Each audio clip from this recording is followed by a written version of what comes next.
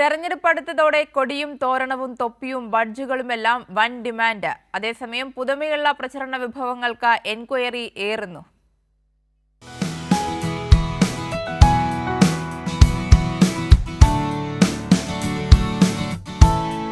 ഏതൊരു രാഷ്ട്രീയ പാർട്ടികൾക്കും പ്രവർത്തകർ ജീവനാണെങ്കിൽ പതാക അഭിമാന ചിഹ്നവും. തണലിനല്ല രാഷ്ട്രീയ തൊപ്പികൾ, തലയെടുപ്പിനാണെന്ന് മാത്രം. തെരുവുകളെ അലങ്കരിക്കുന്ന തോരണങ്ങൾ ഉത്സവാന്തരീക്ഷം സൃഷ്ടിക്കുന്നു.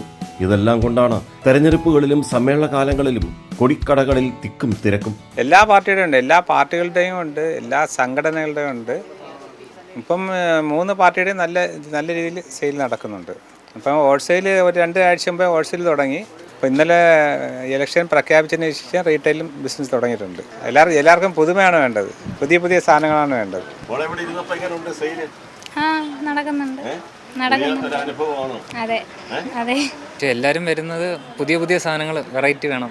കഴിഞ്ഞ തെരഞ്ഞെടുപ്പിൻ്റെ അല്ല, പുതിയ ഐറ്റം ഉണ്ടോ എന്ന് ചോദിച്ചാണ് വരുന്നത്. അപ്പോൾ നമ്മളും പുതിയതായിട്ട് എന്തെങ്കിലും ചെയ്യാൻ നോക്കുന്നുണ്ട്. പരമ്പരാഗത പ്രചരണ ഐറ്റങ്ങൾക്ക് പുറമെ ജാക്കറ്റുകളും LED അടയാളങ്ങളും ഇടം നേടി ഒരു പതിറ്റാണ്ടായി. മുൻകാലങ്ങളിൽ തമിഴ്നാടിനെയും വടക്കേന്ത്യയും ആശ്രയിച്ചിരുന്ന രാഷ്ട്രീയ പാർട്ടികളെ കേരളത്തിലെ കൊടിക്കടകൾ ഇവിടെ തന്നെ ന്യായമായ വിലയ്ക്ക് കൊടിതോരങ്ങളും ഹാരവും തൊപ്പികളും ലഭ്യമാക്കി തളച്ചിട്ടു. തെരഞ്ഞെടുപ്പാണ് ജനാധിപത്യത്തിൻ്റെ ഏറ്റവും വലിയ സൗന്ദര്യമുള്ള മുഖം.